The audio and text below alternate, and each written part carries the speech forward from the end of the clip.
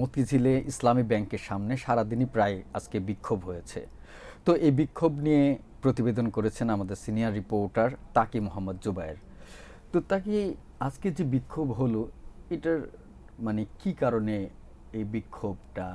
আজকের এই বিক্ষোভটা একটি অংশ, অর্থাৎ হলো আজকের বিক্ষোভটা হয়েছিল নবনিযুক্ত যে চেয়ারম্যান, ওনাকে ব্যাংকে ঢুকতে দেওয়া হবে না এবং ওনার পদত্যাগ, এই দুইটা মূলত দাবি ছিল।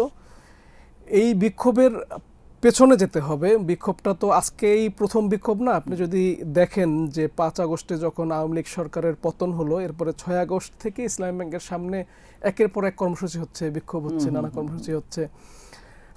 এর মূল যে কারণটা আমরা অনুসন্ধানে যেটা পেয়েছি সেটা হলো এখানে ইসলামী ব্যাংকটির নিয়ন্ত্রণ নিয়ে মূলত একটা ত্রিমুখী একটা লড়াই চলছে বা ত্রিমুখী একটা সংঘাত চলছে, এবং এই ত্রিমুখী যে লড়াইয়ের একটা পার্ট হিসেবেই মূলত একদিকে সরকার একজনকে নিয়োগ দিচ্ছে, একজনকে সরাচ্ছে, একজনকে বসাচ্ছে, আর একদিকে এর প্রতিবাদে আবার হলো একটা গ্রুপ ইসলামী ব্যাংকের তারা আন্দোলন করতেছে। এই গ্রুপটা হলো একসময় তাদের নিয়ন্ত্রণে ইসলামী ব্যাংক ছিল। আমি যদি প্রকাশ সরাসরি বলি, সেটা হলো জামাতে ইসলামের নিয়ন্ত্রণে একসময় কিন্তু ইসলামী ব্যাংক দীর্ঘ সময় ছিল।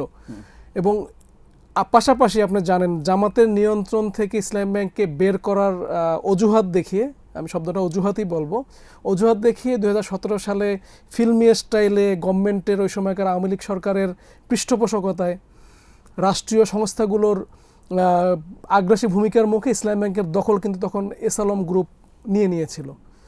তাহলে একটা গ্রুপ হলো যারা 17 সালের আগে যে গ্রুপটা ছিল জামাত ইসলামের নিয়ন্ত্রণে ছিল, আর একটা গ্রুপ হলো 17 সালের পর থেকে 24 সাল পর্যন্ত যে এসালম গ্রুপের নিয়ন্ত্রণে ছিল। এই দুইটা গ্রুপ পাশাপাশি বর্তমান যে বিএনপি সরকার, তারা 12ই ফেব্রুয়ারি যে ত্রয়োদশ নির্বাচনের পরে দায়িত্বে আসার পর থেকে তারা চাচ্ছে না ব্যাংকটার নিয়ন্ত্রণ জামাতের কাছে চলে যাক। তারা চাচ্ছে যে ব্যাংকটার নিয়ন্ত্রণ তাদের মতো করে রাষ্ট্রের একটা কাঠামোর মধ্যে রাখতে, বা হলো একটা তাদের দৃষ্টিতে বা তাদের বক্তব্যে একটা অরাজনৈতিক একটা নিয়ন্ত্রণে রাখতে।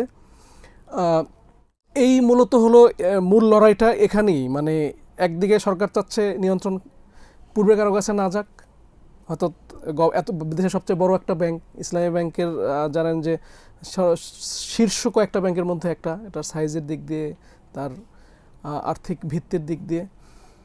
আবার এই ব্যাংকটা যদি সরকারের নিয়ন্ত্রণের মধ্যে থাকে, সেক্ষেত্রে হয়তো অনেক নিজস্ব পলিসিগত বা অনেক সুবিধা হয়তো পাওয়া যায়। সেই চিন্তা থেকে তারা নিয়ন্ত্রণের মধ্যে একটা রাখতে চাচ্ছে, রাষ্ট্রীয় নিয়ন্ত্রণের মধ্যে। তো আজকে কিভাবে এই মানে যে আন্দোলনটা আজকের হলো, আন্দোলনে পুলিশকে আমরা দেখলাম টিয়ার গ্যাস খুবই সক্রিয় ছিল। তারা টিয়ার গ্যাস, জলকামান সবই ব্যবহার করেছে। বেশ কিছু আন্দোলনকে আহত হয়েছে। আন্দোলনের সূত্রপাত মূলত আজকের আন্দোলনটার সূত্রপাত হলো ঈদের আগের দিন, যে সর্বশেষ কার্যদিবস ছিল 24শে মে। ওই দিন ব্যাংকটির যে ওই সময় চেয়ারম্যান ছিলেন জুবাইদুর রহমান ওই দিন পদত্যাগ করেছিলেন, এবং ওই দিন কিন্তু একটা বোর্ড মিটিং হওয়ার কথা ছিল। ওই বোর্ড মিটিং আর ওই দিন হয়নি। ওই দিন উনি পদত্যাগ করলেন, এবং ওই দিন সকাল থেকে আন্দোলন চলছিল। আন্দোলন দুইটা গ্রুপ ওই দিন আন্দোলন করছিল। একটা গ্রুপ জুবাইদুর রহমান পদত্যাগ চেয়েছিল, এবং ইসলামী ব্যাংকের যিনি এমডি ওমর ফারুক খান, ওনাকে এর আগে থেকেই 49 দিনের একটা বাধ্যতামূলক একটা ছুটিতে পাঠানো হয়েছিল পর্ষদ থেকে, এবং ওনার ছুটির মেয়াদ 31 মে শেষ হয়েছে। এবং ওনার ছুটি শেষ হওয়ার পরে ওনাকে শেষ সময়, মানে কার্যদিবস থাকা অবস্থায় তাকেও পদত্যাগপত্র দেওয়ার জন্য বলা হয়েছিল বাংলাদেশ ব্যাংক থেকে। আমরা ঠিক এবং ওই সময় বাংলাদেশ ব্যাংকের কর্মকর্তারা বলেছিলেন যে ঊর্ধ্বতন কর্তৃপক্ষের, কোট আনকোট, ঊর্ধ্বতন কর্তৃপক্ষের নির্দেশে ওমর ফারুক খানকে পদত্যাগ করতে বলা হয়েছে। অর্থাৎ এখানে সিগন্যালটা যেটা বোঝা যায় স্পষ্ট, যে সরকার চেয়েছে ওমর ফারুক খান পদত্যাগ করুন, এবং ওমর ফারুক খান জামাতের রাজনীতির সাথে জড়িত। উনি জামাত ইসলামের রোকন বলে আমরা ওনার সহকর্মীদের কাছ থেকে আমরা জেনেছি। উনি ওই দিন পদত্যাগপত্র জমা দিয়েছেন। উনি কি আসলে রোকন? আমরা যেটা ওনার সহকর্মীর কাছ থেকে জেনেছি বা ওনার দলীয় যে সূত্রগুলো আছে জেনেছি, উনি জামাত ইসলামের রোকন পদে রয়েছেন।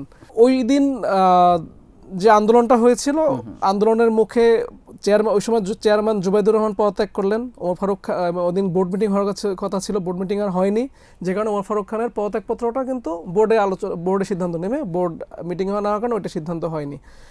ওই দিন রাত 9টার দিকে বাংলাদেশ ব্যাংক একটা নতুন চেয়ারম্যান নিয়োগ করে প্রজ্ঞাপন, মানে একটা তারা ইসলামী ব্যাংকের চিঠি পাঠায়, এবং তাতে সাবেক ডেপুটি গভর্নর খুরশিদ আলমকে চেয়ারম্যান করা হয়, নবনিযুক্ত চেয়ারম্যান। আজকের আন্দোলনটা মূলত হলো ওই নতুন যে চেয়ারম্যান ওনাকে ব্যাংকে প্রবেশ করতে দেয়া হবে না এবং ওনাকে পদত্যাগ করতে হবে, এই গ্রাউন্ডেই মূলত আন্দোলন। পাশাপাশি ওমর ফারুক খানকে তার পদে ফিরিয়ে আনতে হবে, তাকে তার পদে এমডি পদে রাখতে হবে, এই গ্রাউন্ডে আন্দোলন শুরু হয়। আবার আমি খুরশিদ আলমের পরিচয়টা একটু বলি। খুরশিদ আলম আগে আমরা বিভিন্ন সময় দেখেছি বা তথ্য প্রমাণে যেটা দেখা যায়, উনি জিয়া পরিষদের রাজনীতির সাথে একসময় যুক্ত ছিল। আবার 2026 সালের 12 ফেব্রুয়ারি যে নির্বাচন হলো, নির্বাচনে ঢাকা 17 আসন জানেন প্রধানমন্ত্রী তারেক রহমানের নির্বাচনী আসন, ওই আসনে উনি এবার নির্বাচন পরিচালনা সংক্রান্ত যে কমিটিটা, এই কমিটির সদস্য ছিলেন। অর্থাৎ বোঝা যাচ্ছে যে বিএনপি সরকার এই সাবেক ডেপুটি গভর্নরকে ইসলামী ব্যাংকের শীর্ষ পদে বসিয়েছেন।